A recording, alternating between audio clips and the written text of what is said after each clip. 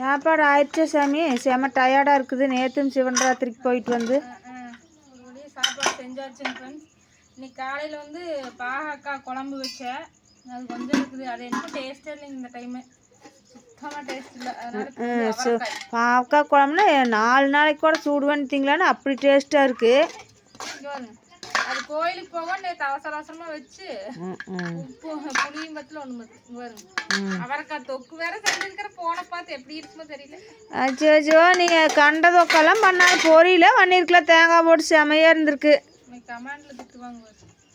என்னம்மா கம்முன்னே இருக்க மாட்டேயாம்மா, தின்னு வாங்குறதுலேயும் யோசிச்சுட்டு இருக்கிறப்ப கொஞ்சம் கம்முன்னே இருக்க மாட்டேன். ஏதோ வித்தியாசமாக செஞ்சால் இப்படியே தான் ஃப்ரெண்ட்ஸ் இந்த வீட்டில். நீங்கள் வேறு சொல்லிக்கிறீங்க பொரியல் ரசம்ட்டே இருக்கிறீங்க அப்படிங்கிறீங்க.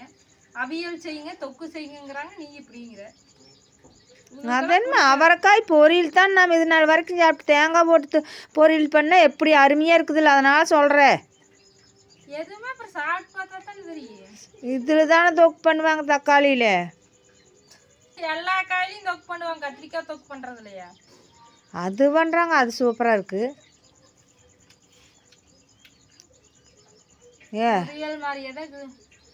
இந்த அவரைக்காயில் வித்தியாசம் வராது. வேறு குழம்பு வெண்டைக்காய் கத்திரிக்காய் இதெல்லாமே சூப்பராக இருக்குது. சொன்னேன் நல்லா தான் இருக்குது. ஆனால் வந்து அவ்வளோ வந்து வேற என்னமோ சாப்பிட்டு முறையில இல்லை. அந்த அவரைக்காய் தொக்கு மாதிரியே தான் இருக்குது. அது அவரைக்காய் பொரியல் மாதிரியே தான் இருக்குது.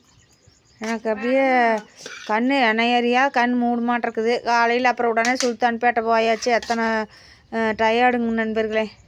நீங்கள்லாம் சிவன் ராத்திரி போனீங்களா? வெடி முடிச்சிருந்து 4 கால பூசையும் சிறப்பாக பார்த்தீங்களா?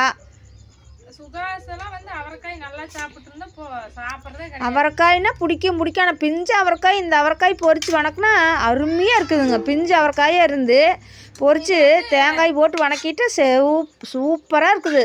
இது வந்து நம்ம வீட்லயே பறிச்ச அவரைக்காய் தான். எல்லாமே வந்து ஆடெல்லாம் இழுத்து சாப்பிட்டு எல்லாம் ஓந்து போச்சுங்க. அது பூராமல் தின்னு போடுதுங்க. தீனி இல்லாதனால அவரை செடியில் பூந்துருச்சுங்க. இப்போ கொஞ்சம் தான் இருந்துச்சு, அதனால அந்த கொஞ்சம் மட்டும் மறிச்சு இருந்தா. சுகாஸ் நான் கொண்டு போய் கொடு. முதல் நாள் பிரதோஷம், 2வது நாள் சிவன் ராத்திரி. சிவனுக்கு 2 நாள் முடாத வழிபாடு இந்த வாரத்தில். நான் வந்து உன்னை பேச காட்டல, ஆனால் நீ சாப்பிட்டு பார்த்துட்டு சொல்லு சரியா?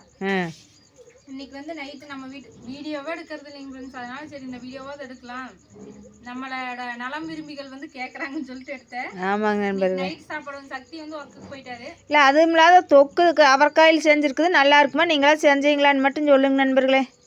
நல்லா இருக்குது. நான் வீடியோ பார்த்தேன் செஞ்சேன். நல்லா இருக்குன்னா மோசமெல்லாம் இல்லை, எப்பவும் போல நல்லா இருக்குது.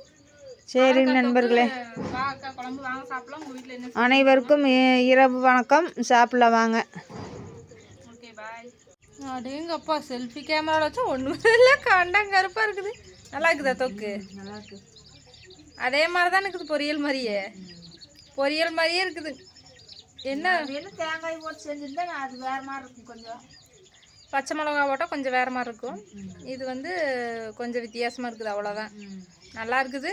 நல்லாலையும் சொல்ல முடியாது, மாறுபடுது. கொஞ்சம் வரன்னு சாப்பிட முடியாதுங்கிறவங்க இந்த மாதிரி செஞ்சு சாப்பிட்டுக்கலாம்.